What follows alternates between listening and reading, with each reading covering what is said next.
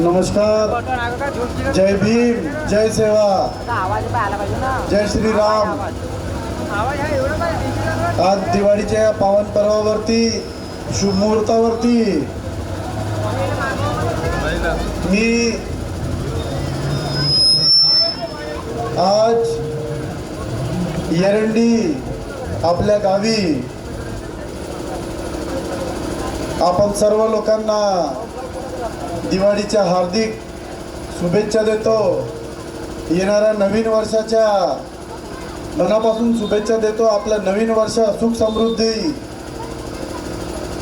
आणि भरभराटीचे जाओ अशी ईश्वरचरणी प्रार्थना करतो।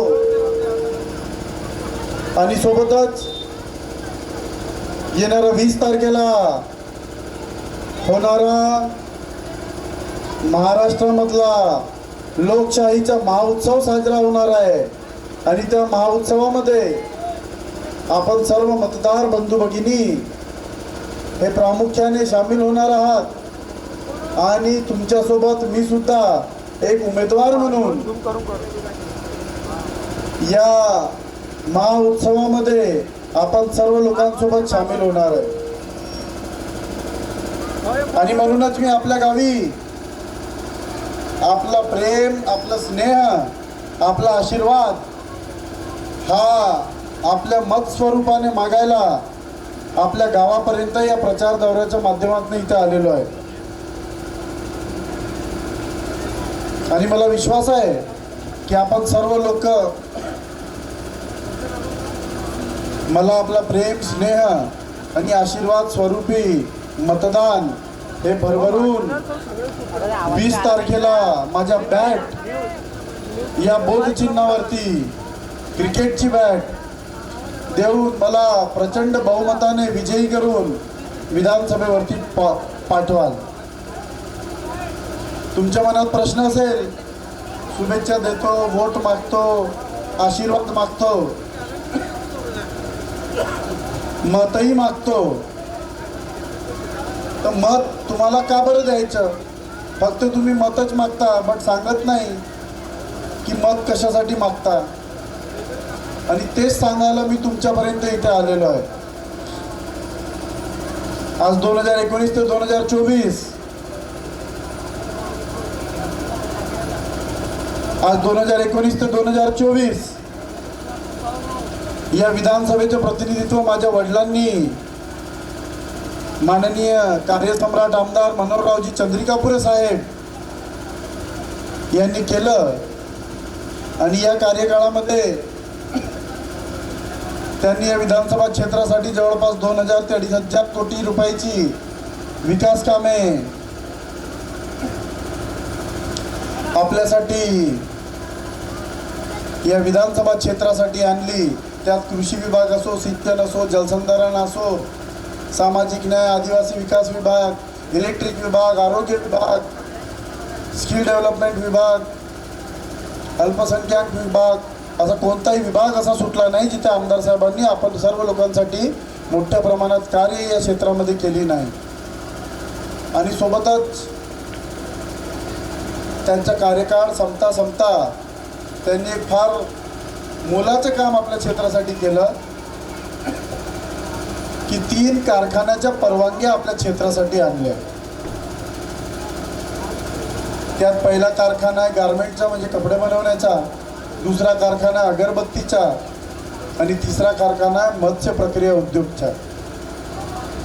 आणि मी जे तुम्हाला मत मागायसाठी आलो तर माझी संकल्पना सुद्धा अजून 2 कारखाने आपल्या क्षेत्रामध्ये आणायचे आहेत। म्हणजे मी आणि माझ्या वडिलांनी जे आपल्या आदर्श विधानसभा क्षेत्रासाठी एक पंचमहाशक्तीचा जो एक प्लॅन बनवला आहे, त्या पंचमहाशक्तीला आपल्या क्षेत्रामध्ये उतरवणे आहे। आणि ते 2 कारखाने आहेत, एक साखर कारखाना आणि एक इथेनॉलचा कारखाना। हे 5ही कारखाने जेव्हा आपल्या क्षेत्रामध्ये चालू होतील, आपल्या क्षेत्रातला सर्वात शेवटच्या टोकातला सर्वात गरीब माणूस जरी जो असेल त्याला सुद्धा आर्थिक लाभ होईल, त्याला सुद्धा वैयक्तिक लाभ होणार आहे। आणि हे कारखाने आल्यानंतर आपल्या क्षेत्रातील प्रत्येक माणसाच्या घरापर्यंत सुख समृद्धी नांदेल। आपल्या क्षेत्रातील युवा वर्गाला हाताला नोकऱ्या भेटतील, आपल्या क्षेत्रातील ज्या महिला आहेत त्यांच्या हाताला काम भेटेल, आपल्या क्षेत्रातील जे शेतकरी आहेत त्यांच्या शेतीच्या मालाला बरोबर मोबदला भेटेल. आणि एवढ्या मोठ्या प्रमाणात या पंचमहाशक्ती आपल्या क्षेत्रामध्ये काम करतील की आपला धानाचा शेतकरी जो 7 ते 8 हजार रुपये एकरी कमावतो त्याला सरळ 50,000 रुपये एकरी नफ्यापर्यंत आपण पोहोचवू. त्याला ऊस आणि मका या पिकावरती आपण शिफ्ट करू आणि त्यांना चांगलं प्रकारे एक आर्थिक लाभ होईल, एक वैयक्तिक विकासाची गंगा प्रत्येक घरापर्यंत पोहोचेल, ही आपली संकल्पना आहे. जेव्हा घरी चांगले पैसे येतील तर निश्चित रूपाने तुम्ही तुमच्या मुलाबाळांवर चांगले पैसे खर्च करू शकाल, त्यांचे संगोपन करू शकाल, चांगले कपडे, चांगल्या सोयीसुविधा, चांगली पुस्तकं आणि सोबतच सरकारकडून ज्याही स्कीम्स भेटतात, मग त्या आरोग्याच्या असो, कृषीच्या असो की शिक्षणाच्या असो, त्या प्रत्येक स्कीम्स तुमच्यासाठी चांगल्या प्रकारे राबवणे आणि तुमच्या घरापर्यंत त्या पोहोचवणे ही आपली नैतिक जिम्मेदारी असते. आणि एक अटसुद्धा आमच्या कारखान्याची राहणार आहे की आपल्या क्षेत्रातील युवा वर्गाला रोजगार इथे भेटण्यासाठी जोही मतदार या विधानसभा क्षेत्रातील युवा राहील त्याच युवा वर्गाला तिथे नोकरी भेटणार. बाहेरच्या माणसाला आपण तिथे नोकरी देणार नाही. हा आमच्या कारखान्याची एक स्पष्ट अट राहणार आहे. मग तो बाजूचा तालुका असो की बाजूचा जिल्हा असो, असं होणार नाही.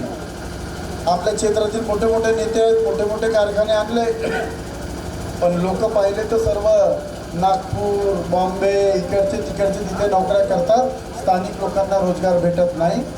आमच्या कारखान्यांच्या संकल्पनेमध्ये आम्ही आपल्या लोकल लोकांना, आपल्या स्थानिक लोकांनाच हाताला रोजगार देऊ, आपल्या स्थानिक महिलांनाच हाताला रोजगार देऊ, आपले जे शेतकरी आहेत त्यांचाच माल आपण घेऊ.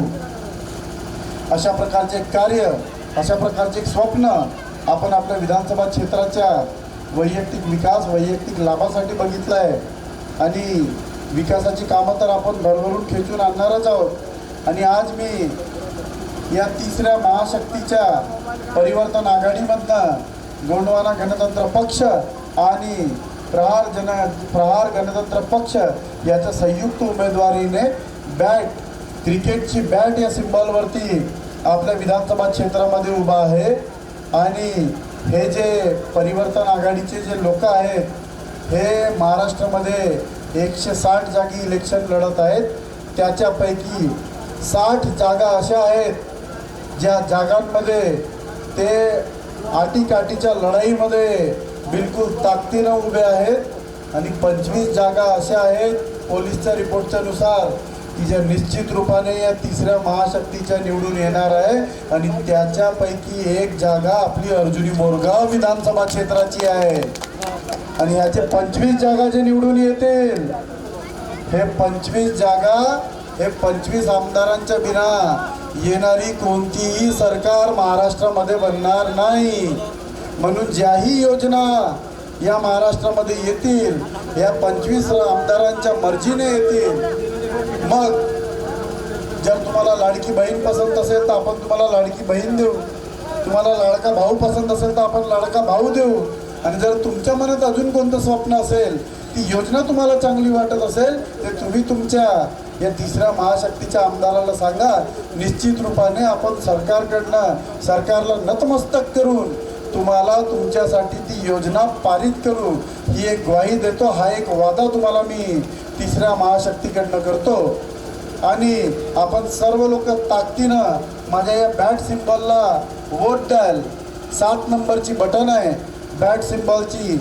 आणि या बॅटवर जो येणारा चेंडू मग राष्ट्रवादी काँग्रेसचा राहो की काँग्रेस पार्टीचा, आपल्याला छक्का असा मारायचा आहे की सरळ अर्जुनी मोरगाव विधानसभा क्षेत्राच्या स्टेडियमच्या बाहेरच दोन्ही बॉल फेकणे आहे. एकही बॉल स्टेडियमच्या आतमध्ये पडला नाही पाहिजे आणि ह्याच्यानंतर ते बॉल दिसलेही नाही पाहिजे. कारण की महाराष्ट्रातलं राजकारण खराब झालं आहे. मोठे मोठे पक्ष हे मतदार राजाला मूर्ख समजायला लागले आहे. आता वेळ आलेली आहे की मतदार राजांनी या पक्षांना मूर्खामध्ये काढलं पाहिजे. एक चांगल्या उमेदवाराला जो चांगलं तुम्हाला विजन सांगतो, चांगल्या गोष्टी तुमच्यासाठी करू शकतो, अशा माणसाच्या पाठीशी खंबीरपणे उभे राहा. माझ्या बॅटची ताकद बना, माझ्या हाताची ताकद बना की कोणताही चेंडू माझ्या बॅटवर आला तर आपण छक्काच लावला पाहिजे आणि स्टेडियमच्या बाहेरच पाठवला पाहिजे. आणि हेच सांगून मी आपले 2 शब्द संपवतो. जय हिंद, जय महाराष्ट्र, जय भीम.